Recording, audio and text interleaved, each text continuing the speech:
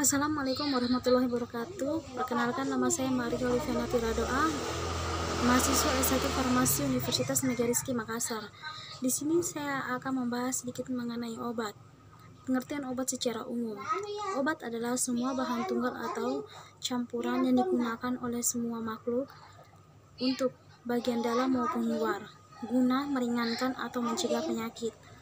Obat adalah suatu bahan atau campuran bahan yang dimaksudkan untuk digunakan dalam menentukan diagnosis, mencegah, menghilangkan, mengurangi, menyembuhkan luka atau segala penyakit, serta gejala penyakit pada manusia atau hewan. Berdasarkan Undang-Undang Republik Indonesia Nomor 36 Tahun 2009 tentang Kesehatan, obat adalah bahan atau panduan bahan termasuk produk biologi yang digunakan untuk mempengaruhi atau menyelidiki sistem fisiologi atau keadaan patologi dalam rangka penetapan diagnosis, menyembuhkan, pencegahan, menghilangkan, peningkatan kesehatan, dan kontrasepsi untuk manusia. Pengertian obat secara khusus yaitu yang pertama, obat jadi, yaitu obat dalam keadaan murni atau campuran yang berbentuk serbuk, pil, kapsul, tablet, dan suppositorium. Yang kedua adalah obat paten, yaitu obat dengan nama dagang serta terdaftar dengan nama si pembuat.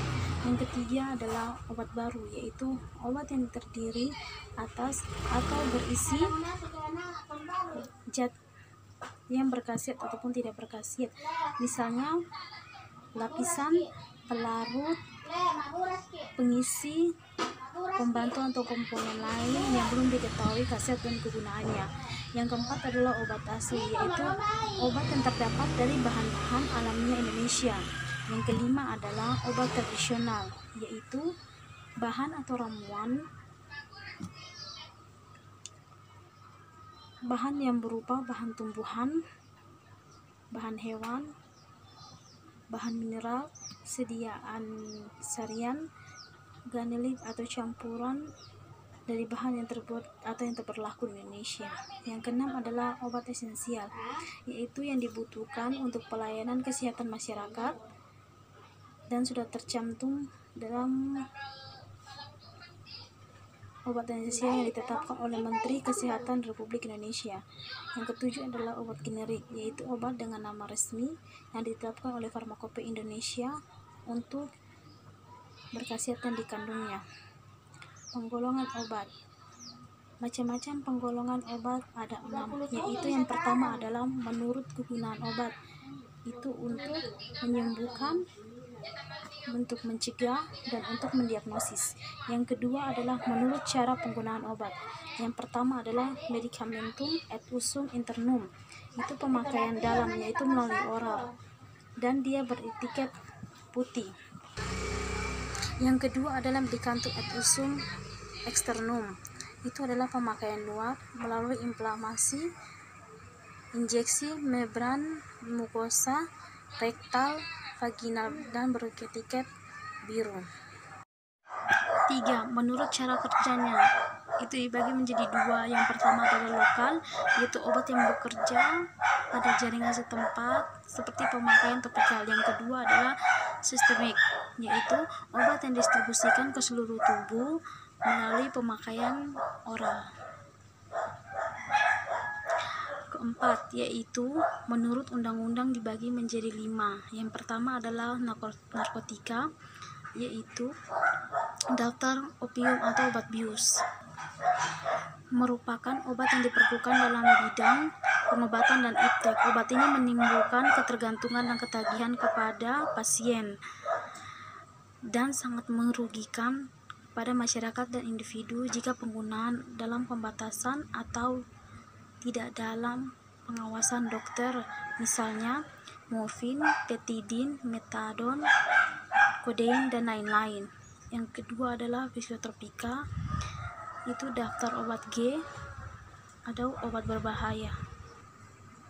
Merupakan obat yang mempengaruhi proses mental, merangsang atau menenangkan, mengubah pikiran, perasaan, atau kelakuan orang. Misalnya diazepam, barbital, atau luminal. 3 yaitu obat keras, daftar G atau obat berbahaya.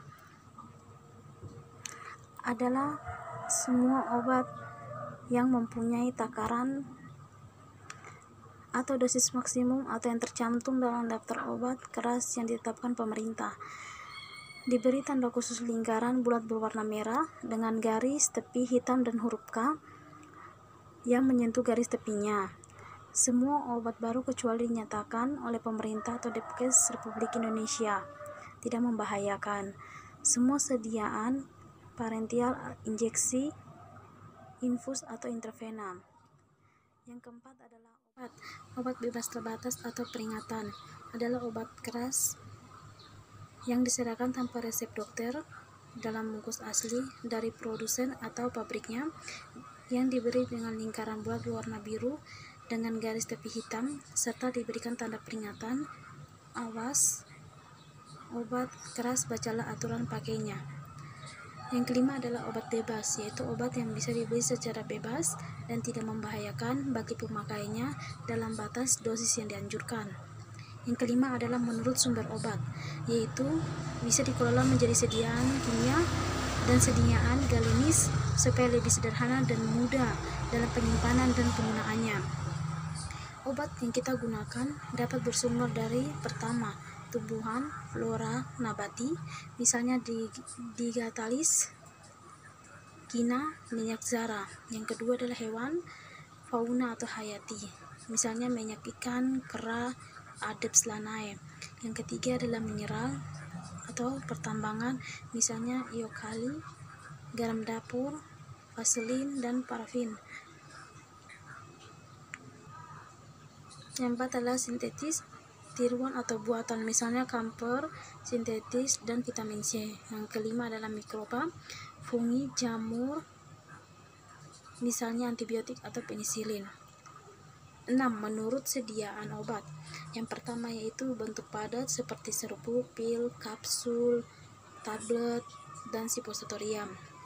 Yang kedua adalah bentuk setengah padat seperti salep, krim, pasta, jeli, dan salep mata.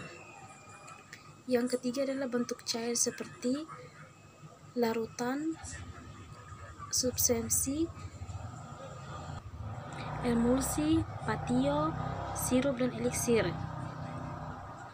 Yang terakhir adalah bentuk gas, yaitu inhalasi, spray, dan aerosol.